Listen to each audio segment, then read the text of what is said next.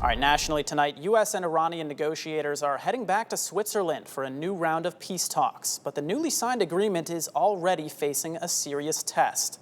Here's ABC's Allison Cossack with the latest updates. Iran is keeping the Strait of Hormuz closed, putting the newly signed agreement under immediate pressure.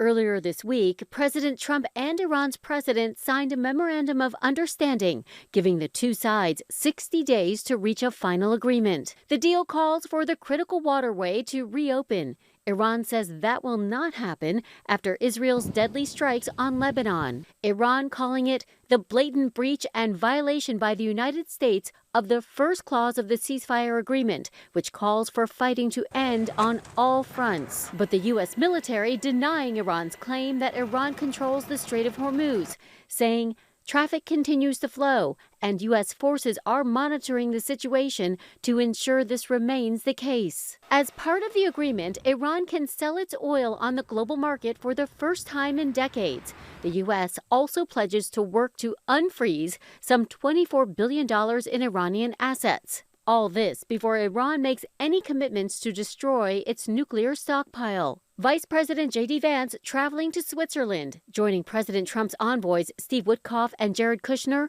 for the next round of talks. We're hopefully making progress on the nuclear issue, make progress on the Lebanon ceasefire issue. ABC News contributor Mick Mulroy says he believes the Iranians think they have the upper hand. They're getting most of the benefits that we never thought that we would concede to by any administration before we even get into the nuclear discussions. Even some Republican lawmakers are criticizing the deal, calling it a win for Iran, which is getting major economic relief before the talks even begin.